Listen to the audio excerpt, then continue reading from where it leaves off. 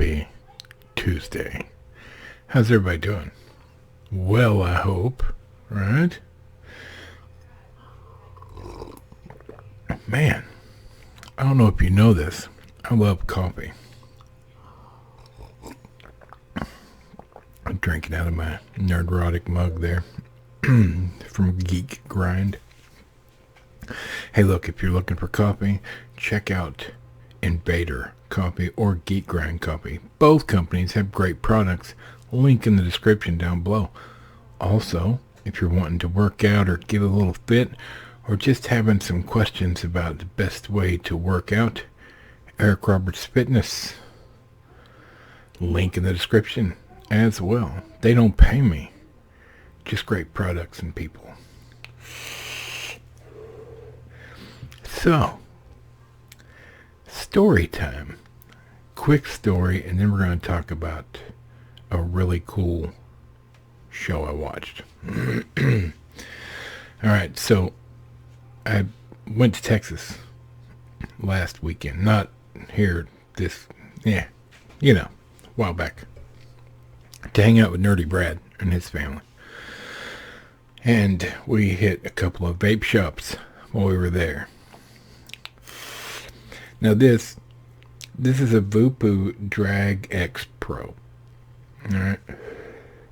And while I was looking around the vape shop, they had a Vupu Drag X, sort of like this one, but instead of this gray leather here, they had a flag on it.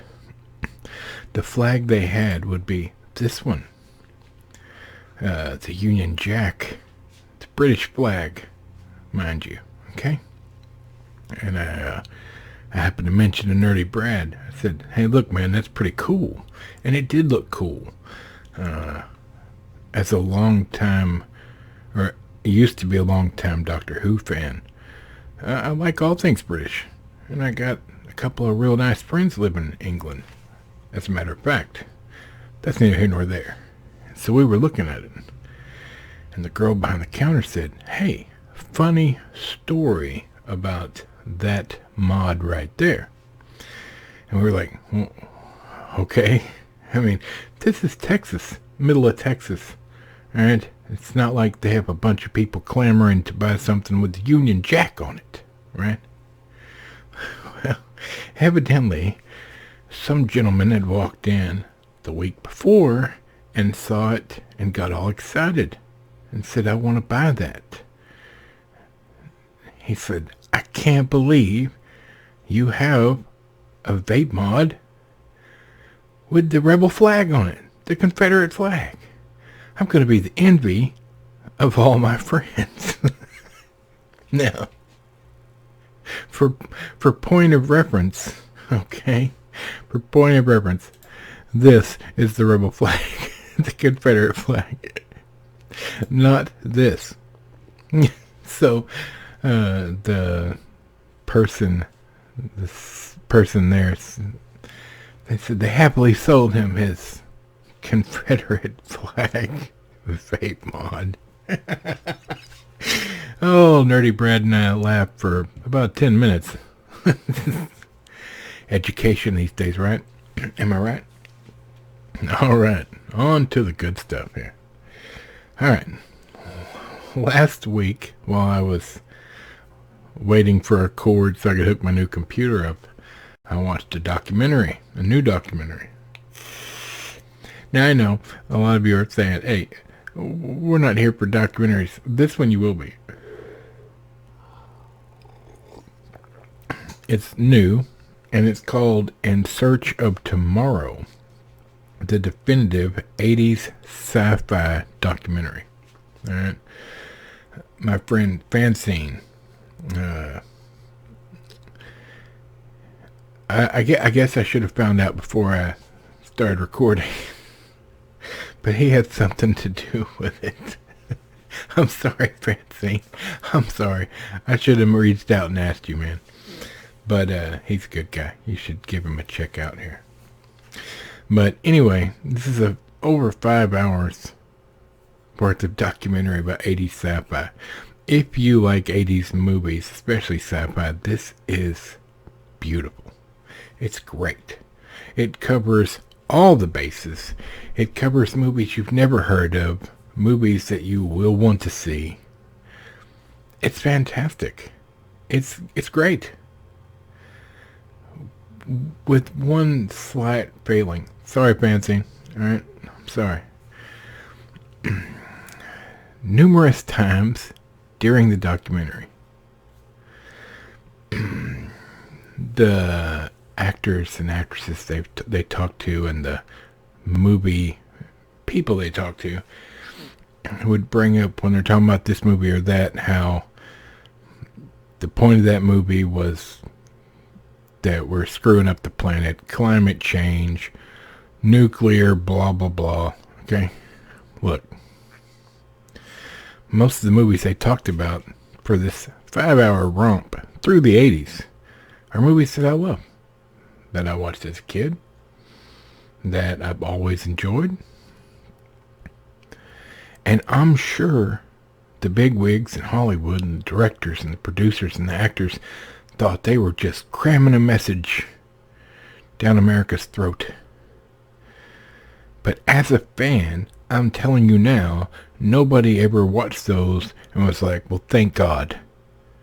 The message. It wasn't about that. Regardless of how these things got made, or who wrote them, it was because they were well written, or had a great storyline, or a fun storyline, or it was just a fun movie. When I watched Mad Max, or Back to the Future, or I've never watched it and been like, well, thank goodness. Maybe this movie here will let these idiots out here know just how much they're messing up the earth.